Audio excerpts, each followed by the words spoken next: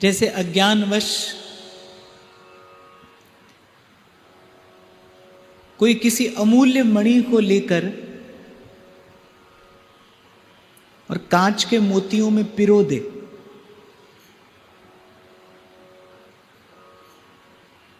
तो इसमें उस अमूल्य मणि की शोभा नहीं है, उसका आदर नहीं है, वस्तुतः उसकी अवहेलना है, उसका अवमूल्यन है।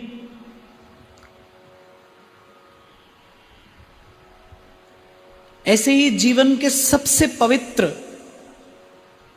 सबसे श्रेष्ठ और केवल मूल्यवान ही नहीं अपितु अमूल्य भाव प्रेम को यदि कोई इस क्षण भंगुर संसार में लगा दे तो अज्ञानता है, मूढ़ता है, ये अविवेक है।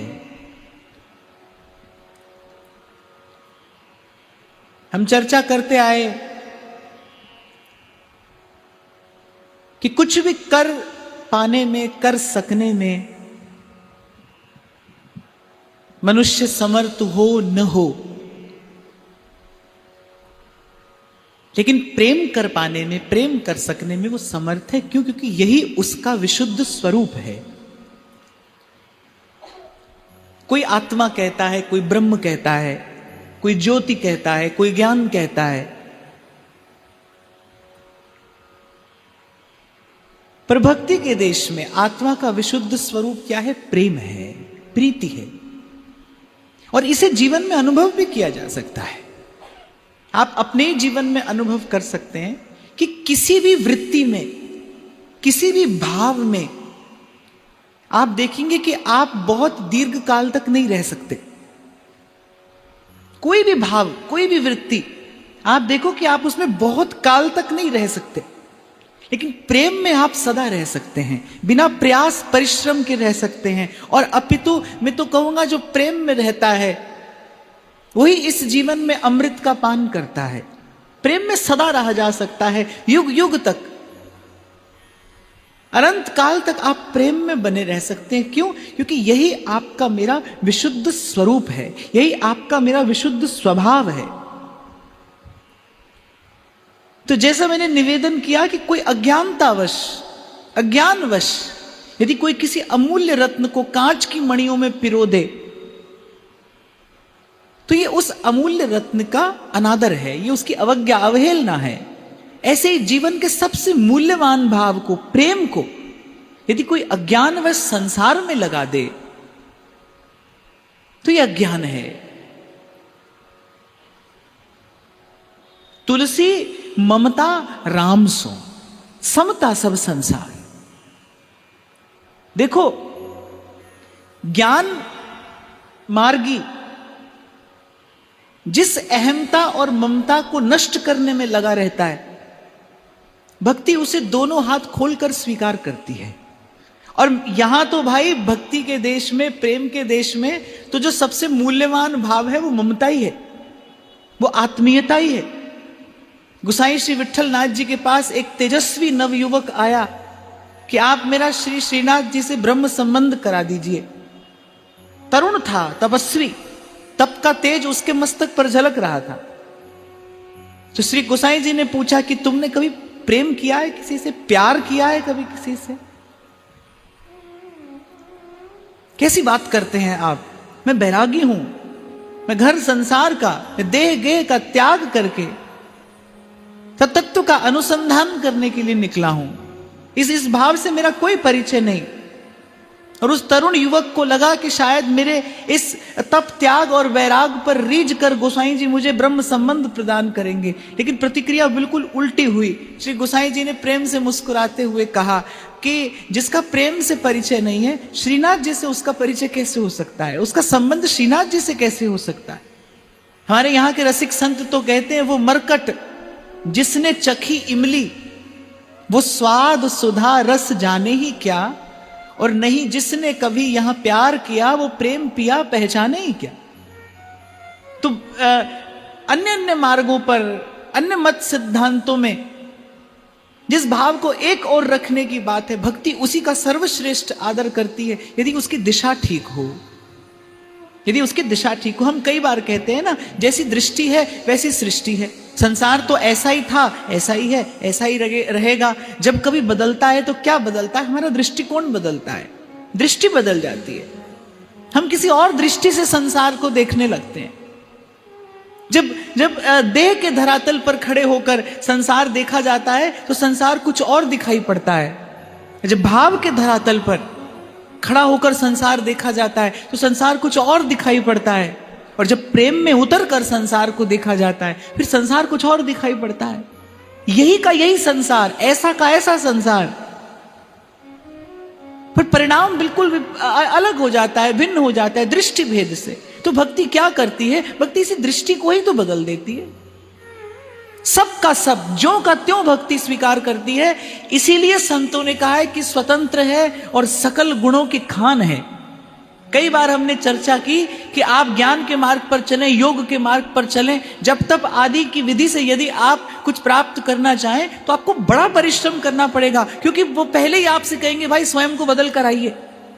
आप ज्ञान के मार्ग पर जाना चाहो तो वो आपसे कहेगा पहले स्वयं को बदल के आओ। अब भाई कुछ भी करना सरल है पर स्वयं को बदलना बड़ा कठिन है। एक व्यक्ति अपना एक मूल स्वभाव लेकर जन्मता है ना। एक उदाहरण कई बार मैं देता हूं, आप लहसुन की फली को गुलाब के इत्र में डुबो दो, डुबोए रखो, वो उसकी सुगंध तो ले लेगी, उसकी सुगंध तो थोड़ी उसमें आ जाएगी, लेकिन उसकी दुर्गंध नहीं जाएगी, उसका मूल स्वभाव है।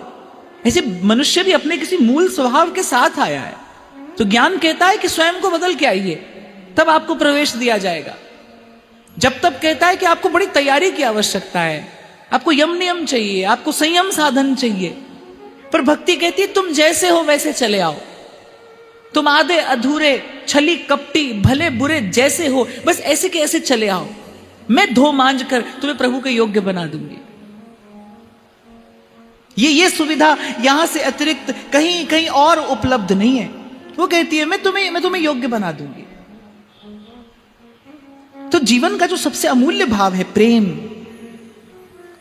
उसे जो ममता है उसे संसार में लगाना, ये बड़ी मूर्खता है, ये मूर्खता है, ये अज्ञान है। और कल परसों की चर्चा में शायद मैंने आपको एक सूत्र निवेदन किया कि सत्संग से विवेक और विवेक से संयम और संयम से निर्णय, कि मुझे कब लगाना है, क्या लगाना है, कहां लगाना है और कितना लगाना है। देखो कुछ और नहीं है, जीवन आपके ही निर्णय का परिणाम है।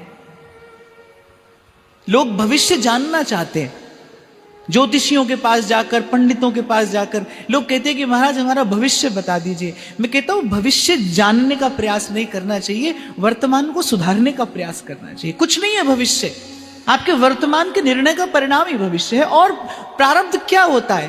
प्रारब्ध फल है और कर्म उसका बीज है। कर्म प्रधान विश्व करी राखा, जो जस करही तो तस फल चाखा। और ये कितनी बड़ी मूढ़ता है कि व्यक्ति बीज कुछ और डालता है, फल कुछ और पाना चाहता है। गोस्वामी जी कहते तो हैं, अरे बोया पेड़ बबूल का, फिर आम कहां से पाए?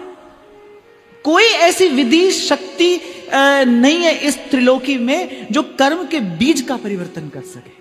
कर्म का बीज पड़ा तो फल आएगा, अवश्य मेव आएगा, और आपको ही भुगतना भी पड़ेगा। परिवर्तन यदि कहीं किया जा सकता है तो फिर वर्तमान में किया जा सकता है। इसीलिए निवेदन करते हैं कि पहले सत्संग से विवेक जगाइए, संयम प्राप्त करिए, फिर संयम से निर्णय लीजिए। थोड़ा ठहर कर, थोड़ा सोच कर, थोड़ा विचार कर कि जीवनी शक्ति मुझे मिली है, ये जीवन मुझे मिला है, और मैं कहां लगाए चला जा रहा हूं, मैं किस दौड़ में दौड़ता चला जा रहा हूं, मैं क्या पाने का प्रयास कर रहा हूं। अरे कभी अपने आप से बैठकर पूछा है क्या पाना चाहते हो आप? एक और बात मैं आपको यहां पर कहता हुआ आगे चलूंगा, कभी यदि आप अपने आत्म स्वरूप से पूछो ना कि वो क्या पाना चाहता है, तो वो आपको बड़ा ईमानदार उत्तर देगा। वो संसार की कोई वस्तु नहीं पाना चाहता है, उसे कुछ नहीं चाहिए। क्यों? क्योंकि आत्मा का परम विश्राम केवल प्रेम है, हित है, वही आपका विशुद्ध स्वरूप है। ध्रुवदास जी कह रहे हैं ना, माखन सो माखन मिले, कठोरता ना चाहिए। वेदांती लोग बड़ा सुंदर शब्द प्रयोग करते, कह रहे जड़ चेतन की ग्रंथि है, गांठ पड़ गई है। जो चेतन है वो जड़ वस्तु चाहता है, और वो जड़ वस्तु की जो चाह है वही उसको दुखी किए है, पीड़ित किए। देखो शरीर के अंदर कोई गांठ हो जाए आप 1000 मखमली बिछौने पर बैठो, पर वो शरीर के भीतर जो गांठ पड़ी है वो मखमली बिछौने पर बैठने से सुखद थोड़ी हो जाएगी, पीड़ा तो रहेगी, बनी रहेगी जब तक वो गांठ नहीं छूटती।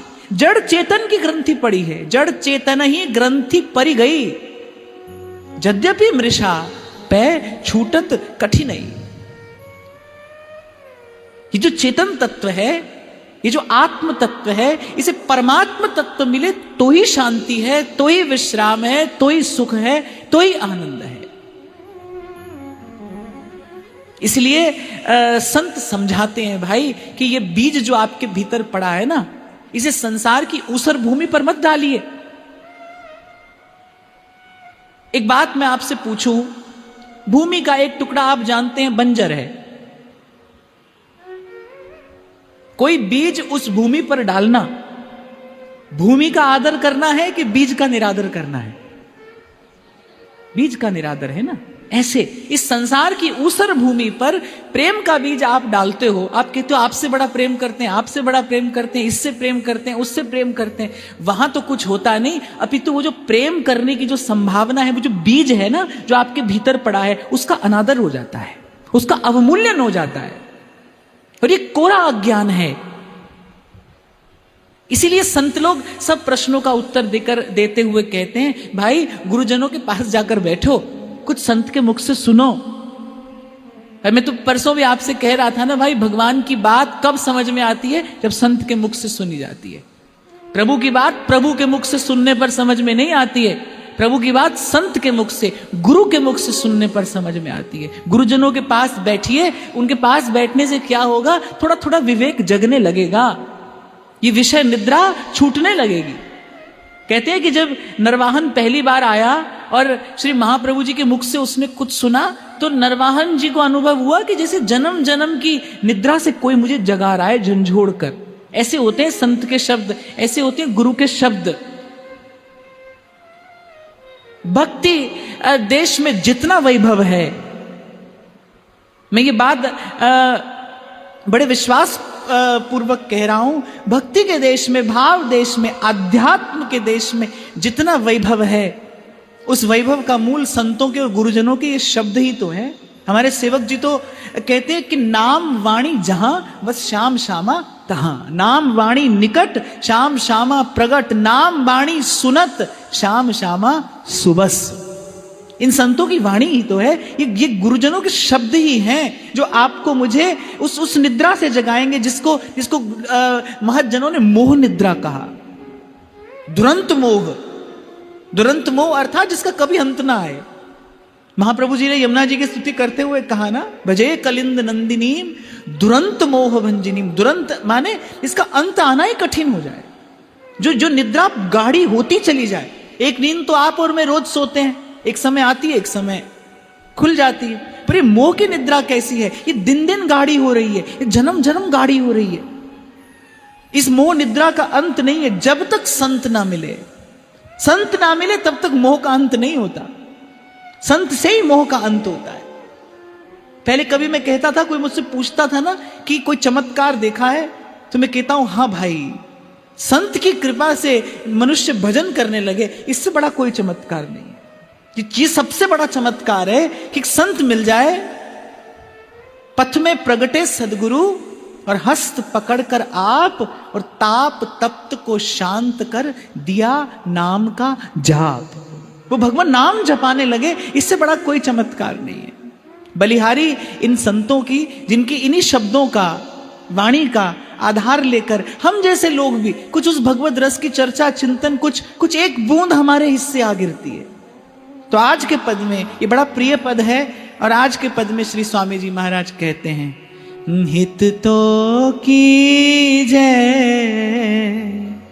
कमल नयन सो, कमल नयन सो, हित तो कीजय कमल नयन सो, कमल नयन सो, जाहित आगे और हित लागे फीको, कमल नयन सो, कमल नयन सो, जाहित आगे और हित लागे फीको, कमल नयन सो, कमल नयन सो। कल के पद में हमने चर्चा की, स्वामी जी कहते हैं बंदे अख्तियार भला। और मैंने आपको निवेदन किया कि बंदे शब्द का प्रयोग किया गया क्योंकि मनुष्य को संबोधित कर रहे हैं। मनुष्य ये जो संयम रख सकता है। देखो संतों की वाणी का ये गुण है, कहते हैं अर्थ अमित पर अक्षर थोड़े।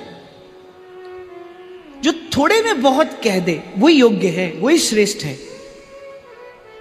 बहुत थोड़ा कहकर जो सब कुछ कह दे वही श्रेष्ठ है। अच्छा, आज स्वामी जी कह रहे हित तो कीजिए। हित अर्थात प्रेम।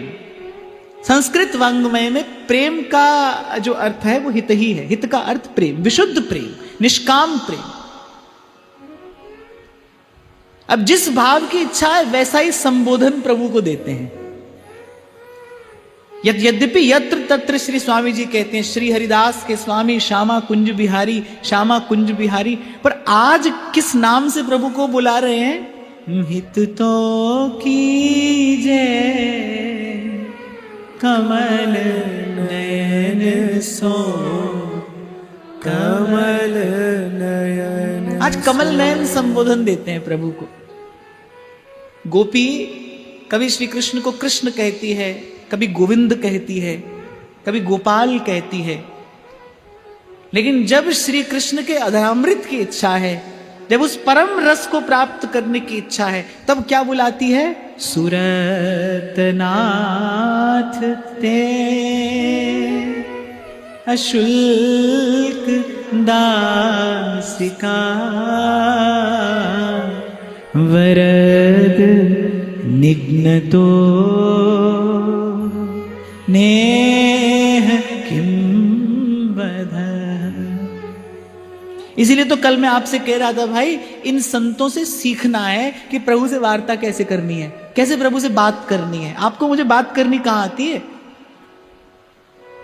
प्रभु से बात कैसे करनी है, किस समय कैसा संबोधन दिया जाए, किस समय किस शब्द का प्रयोग किया जाए, किस भाव के अनुकूल अनुरूप कौन सा शब्द है, ये सब वार्ता का गुण होता है। एक और बात मैं आपको बताऊं, कभी कभी कोई अपनी बात से सब बात बना लेता है और कभी कभी कोई अपनी बात से ही बनी बनाई बात बिगाड़ देता है।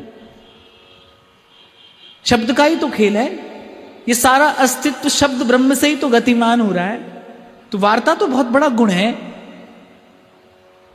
आपको बात करनी आए किसी से, तुलसी बाबा कह रहे ना, ऐसी वाणी बोलिए कि मन का आपा खोए और औरन को शीतल करे, आपहु शीतल होए।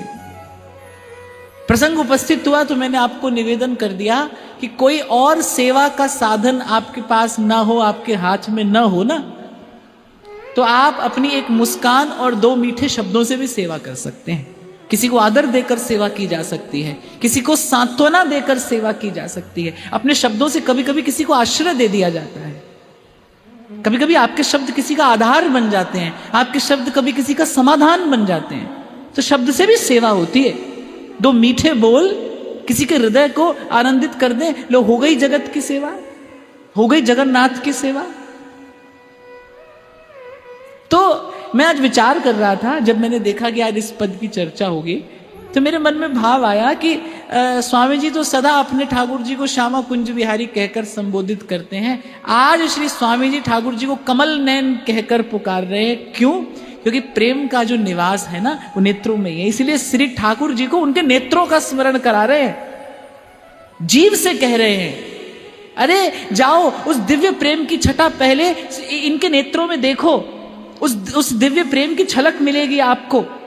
जिस प्रेम भाव को, इस अमूल्य भाव को यूं जन्म जन्म से संसार में गंवाए चले जा रहे हो, अरे उस बीज को बोने के लिए भूमि तो यहां है। हित तो कीजे कमल नयन सो, कमल नयन सो।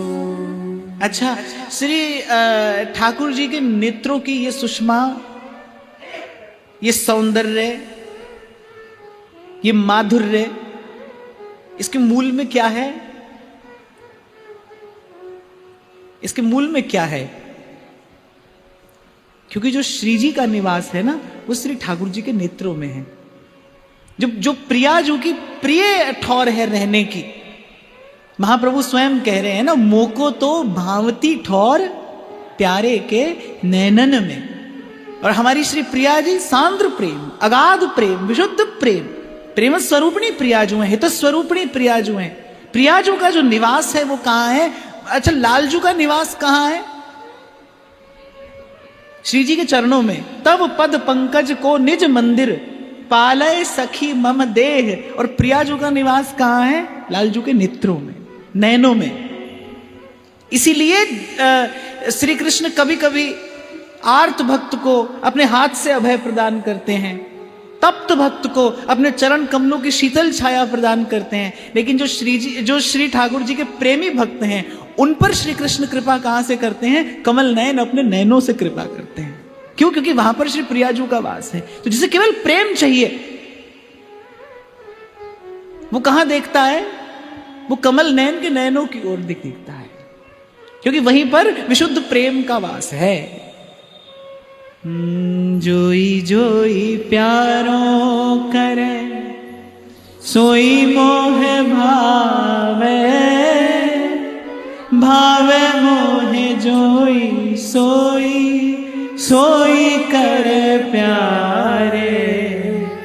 मोको तो भावती ठौर प्यारे के नैनन में, प्यारो भयो चाहे मेरे नैनन के तारे। और रस देश में तो रसिकों ने अनंत यश गाया है प्रिया और लाल के नैनों का। खंजन मीन मृगज मद में ठत, कहा कहो नैनन की बातें।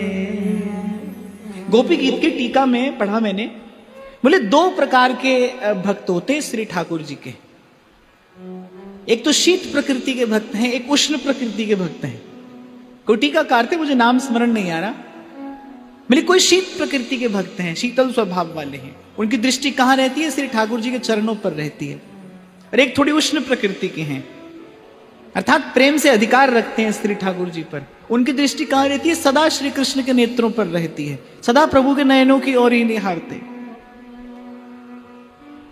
तो आज मैं आ रहा था तो मेरे मन में भाव आया कि स्वामी जी ने कमल नयन शब्द क्यों प्रयोग किया? इसलिए किया क्योंकि प्रेम की बात कर रहे हैं। प्रेम का निवास कमल नयन के नैनों में है, श्री लालजू के नेत्रों में है, प्रिया जो वहीं पर निवास करती हैं। और स्वामी जी जीव मात्र से, आपसे, हमसे यही कहने का प्रयास कर रहे हैं, भाई प्रेम करने योग्य, अपने उस प्रेम के बीज को डालने योग्य जो भूमि है वो तो यही है। हित तो कीजिए कमल नयन से। प्रेम का प्रत्युत्तर देना यही जानते हैं। ये बीज यदि पुष्पित पल्लवित होता है तो इसी भूमि पर डालने में होता है। देखो, एक व्यक्ति आता है और इस प्रेम के भाव का अपव्यय करके क्लेश पाकर संसार से चला जाता है। मुझे तो लगता है कि कोई अछूता नहीं होगा इस कटु अनुभव से। आपको, मुझे, हम सबको ये अनुभव कभी ना कभी हुआ कि हमने संसार में प्रेम किया और बदले में हमने पीड़ा पाई, हमने कष्ट पाया। तो एक व्यक्ति आता है, संसार में प्रेम का अपव्यय करके चला जाता है। एक आता है कोई मीरा जैसा, वो संसार के सब संबंधों का आदर करता है, सबका निर्वाह भी करता है प्रभु की आज्ञा से। मैं कभी कभी इस बात का चिंतन करता हूं, अपार कष्ट पाने के बाद भी मीरा जी ने जब घर से बाहर पग धरना था तो पहले संत की आज्ञा ली। जाना चाहती तो स्वयं चली जाती, पति थे नहीं, श्वशुर भी जा चुके थे और स्त्री पर इन्हीं दोनों का अधिकार है। या तो पति की आज्ञा में रहे, पति ना हो तो श्वशुर की आज्ञा में रहे, पर दोनों नहीं थे। लेकिन फिर भी मीरा जी ने घर से बाहर पग धरने से पहले गोसाई जी से पूछा, गोस्वामी जी ने आज्ञा दी तो मीरा जी ने घर से बाहर पग धरा।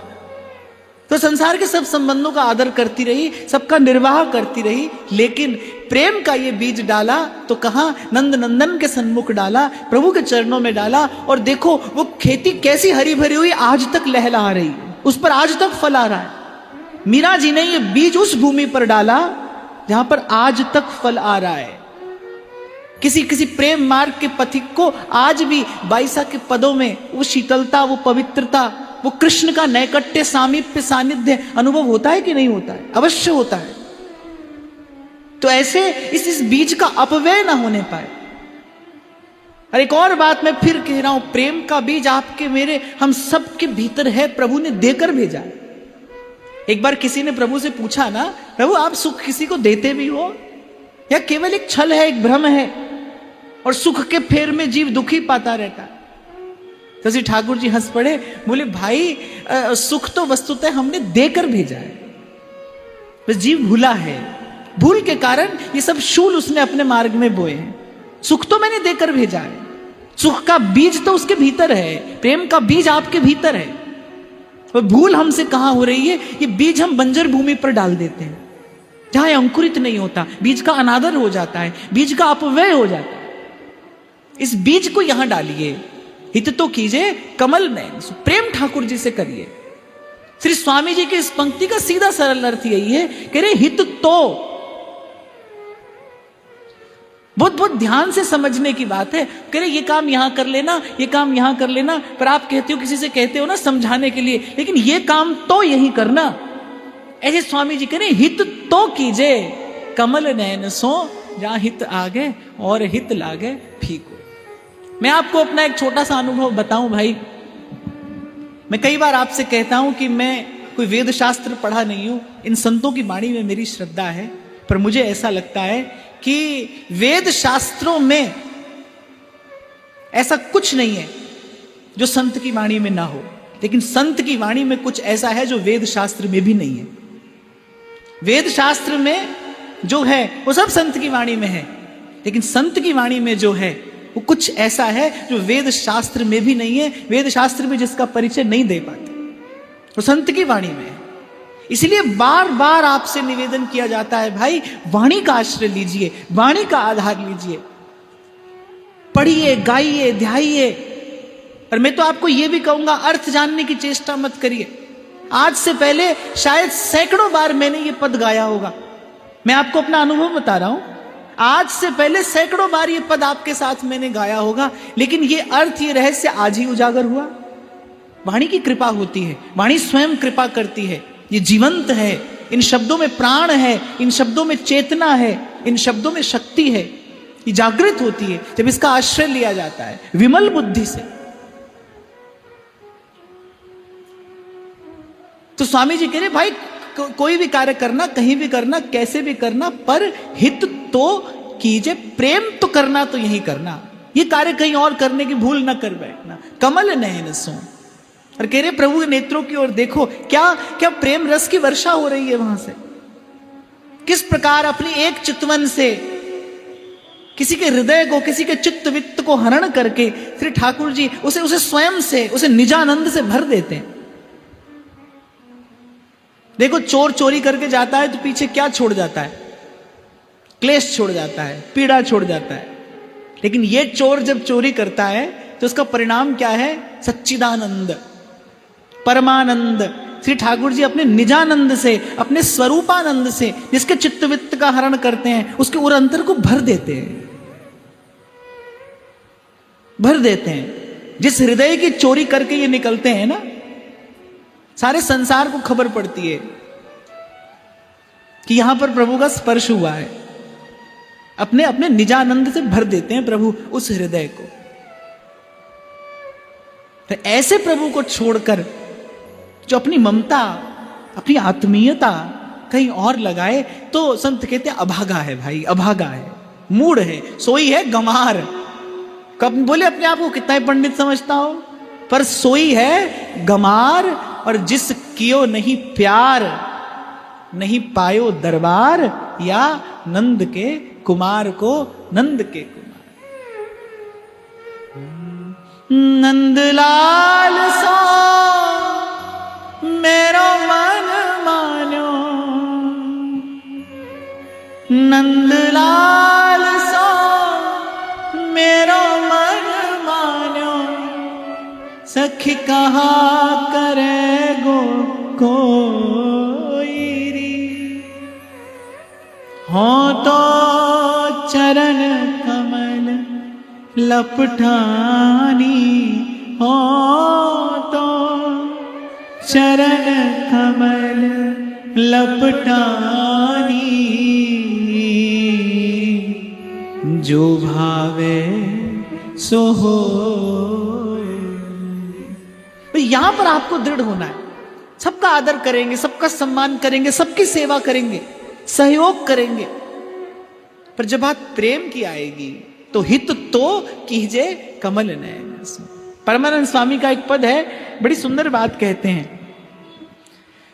हो नंदलाल बिना ना रहूं री, हो नंदलाल बिना ना रहूं री, हो नंदलाल बिना ना रहूं री, हो नंदलाल बिना ना रहूं री।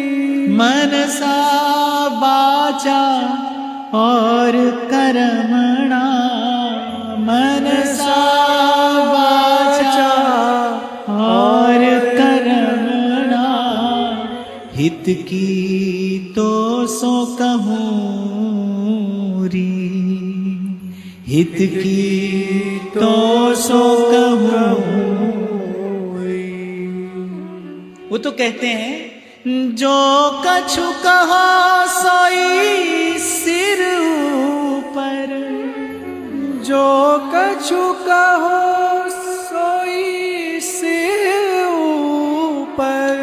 जैसे आप लोग अपनी बोलचाल की भाषा में कहते हैं ना, बोले जो बोल रहे थे सब सिर के ऊपर से जा रहा था, माने ना हम सुनते हैं ना समझते हैं। तो परमानंद स्वामी कहते हैं, जो कछु कहो सोई सिर ऊपर, जो कछु कहो सोई सिर ऊपर। हो तो सब सहूरी, हो तो सब सहूरी,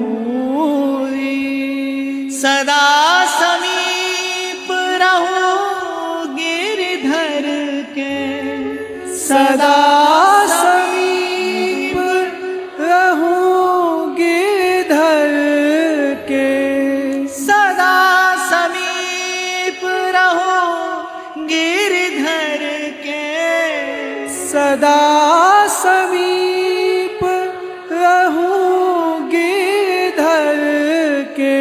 सुंदर वदन चहूरी,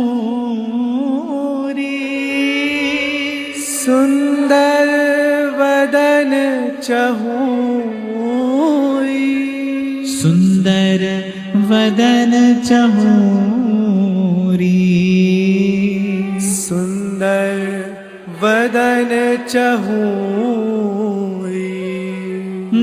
तन मन अर्पण हरि पे कीनो, तन मन अर्पण हरि पर कीनो, तन मन अर्पण हरि पे कीनो, तन मन अर्पण हरि पे कीनो। वह सुख कहाँ लहो री, वह सुख कहाँ लहो री। एक दो दिन पहले भी हम चर्चा कर रहे थे, मैंने आपसे निवेदन किया, बड़ी बात ये नहीं है कि आप पाते क्या हैं, महत्वपूर्ण बात यह है कि देखो कि आप चाहते क्या हो। तो यहां गोपी कहती है कि अगर कोई मुझसे पूछे ना चाहती क्या हूं मैं, सदा समीप रहो